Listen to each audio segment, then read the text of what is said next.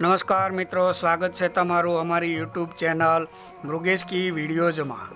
હું છું પ્રાધ્યાપક આર કે વાળા અને આપના માટે લાવ્યો છું એક જાણવા જેવો વિડીયો।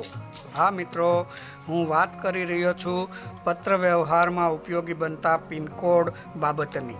પિનકોડ એટલે કે પોસ્ટલ ઇન્ડેક્સ નંબર અથવા ટપાલ સૂચક સંખ્યા, જેને ટૂંકમાં પિન તરીકે ઓળખવામાં આવે છે। પિન એક પદ્ધતિ છે જેના દ્વારા ભારતીય વિસ્તારોને એક વિશિષ્ટ સંખ્યાત્મક ઓળખ આપવામાં આવી છે। આ સંખ્યા તમામ પ્રકારની ટપાલ તેના નિશ્ચિત સ્થાને પહોંચવામાં મદદરૂપ બને છે। પ્રાચીન સમયમાં રાજાશાહી વખતમાં દૂત દ્વારા સંદેશા વ્યવહાર થતા હતા તથા ઘણા વિસ્તારોમાં પંખીઓનો ઉપયોગ પણ સંદેશા વ્યવહાર માટે કરવામાં આવતો હતો। આઝાદી પછી તાર ટપાલ ફોન દ્વારા સંદેશા વ્યવહાર કરવામાં આવતો। હવે 21મી સદીમાં ફોન, મોબાઈલ, ઇન્ટરનેટ દ્વારા સંદેશા વ્યવહાર થાય છે, પરંતુ આજે પણ સંદેશા વ્યવહારમાં ટપાલ અને કવરે પોતાનું સ્થાન જાળવી રાખ્યું છે। આજે ભારતભરમાં કરોડોની સંખ્યામાં પત્ર વ્યવહાર થાય છે અને તેને ચોક્કસ સ્થાન પર પહોંચાડવાનું કાર્ય આ પિનકોડ દ્વારા થાય છે। તો આ પિનકોડ શું છે અને કઈ રીતે કાર્ય કરે છે તે સમજવા પ્રયત્ન કરીએ। ગુજરાતમાં પિનકોડ 6 અંકનો બનેલો છે। આ કોડને સમજવા મહુવા ભાવનગરના પિનકોડને ઉદાહરણ રૂપે લઈશું। મહુવાનો પિનકોડ 364290 છે। આપણે વાત કરી તે પ્રમાણે 6 અંકનો છે। તેમાં પ્રથમ અંક ભારતમાં જે તે વિસ્તારની દિશા દર્શાવે છે। અહીં મહુવાના પિનમાં પ્રથમ અંક 3 છે।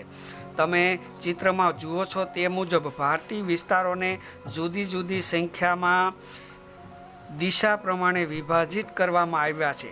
3 અને 4 એ પશ્ચિમ દિશા એટલે કે વેસ્ટ દિશા દર્શાવે છે। આ દિશા પર જેટલા રાજ્યો હોય તેને તે સૂચવે છે। આ દિશા પર ગુજરાત, દીવ, દમણ, દાદરા અને નગર હવેલી આવેલા છે। આ બધા સ્થળોમાંથી ચોક્કસ સ્થળની માહિતી પિનના પ્રથમ 2 અંકો આપશે। પ્રથમ અંક દિશા બતાવશે અને પ્રથમ 2 અંક જે ચોક્કસ દિશા છે તેમાં ચોક્કસ સ્થળ બતાવશે। અહીં પ્રથમ 2 અંક 36 છે। ભારતના બધા વિસ્તારોને અંકોમાં વિભાજિત કરેલા છે, તમે ચિત્રમાં જુઓ છો। એટલે કે 36 થી 39 એ પશ્ચિમ દિશા તરફનો વિસ્તાર છે।